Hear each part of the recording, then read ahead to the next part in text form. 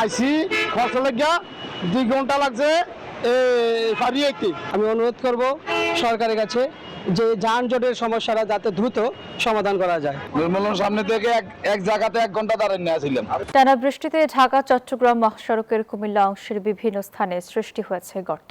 দূরপাল্লার যানবাহন চলছে ধীর গতিতে।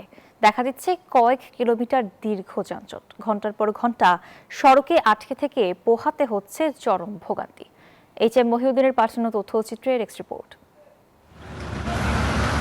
টানা বৃষ্টিতে ভোগান্তির আরেক নাম যেন ঢাকা চট্টগ্রাম মহাসড়ক। কুমিল্লার নাজিরাবাদ এলাকায় মহাসড়কের বিভিন্ন অংশে তৈরি হয়েছে গর্ত। বৃষ্টির পানিতে তলিয়ে থাকায় অনেক গর্ত চোখে পড়ছে না, ফলে ঝুঁকি নিয়ে চলছে যানবাহন।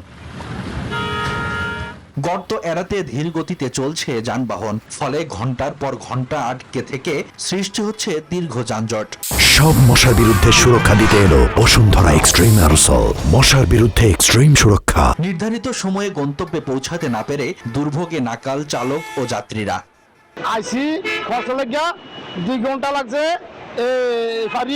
আমি অনুরোধ করব সরকারের কাছে যে যানজটের সমস্যাটা যাতে দ্রুত সমাধান করা যায়। নির্মলের সামনে থেকে এক জায়গাতে 1 ঘন্টা দাঁড়িয়ে নিয়েছিলাম।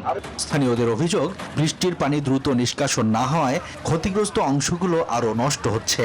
আমাদের আসতে সময় লাগে 12 ঘন্টা, এখন সময় লাগছে মনে করেন 18 ঘন্টারও বেশি। সড়ক বিভাগের দাবি, টানা বৃষ্টির কারণে সড়কে স্থায়ীভাবে সংস্কার কাজ করা যাচ্ছে না। আবহাওয়া অনুকূলে আসলে সংস্কারের উদ্যোগ নেওয়া হবে। এখন তো আমরা রেগুলার রিপেয়ার করে যাচ্ছি, কিন্তু কন্টিনিউয়াস বৃষ্টি হচ্ছে, তো যার জন্য আমরা একটু বাধাগ্রস্ত হচ্ছি। বৃষ্টির পানি নিষ্কাশন, জরুরি সংস্কার এবং স্থায়ী সমাধানে দ্রুত কার্যকর উদ্যোগের দাবি এই সড়কে চলাচলকারীদের।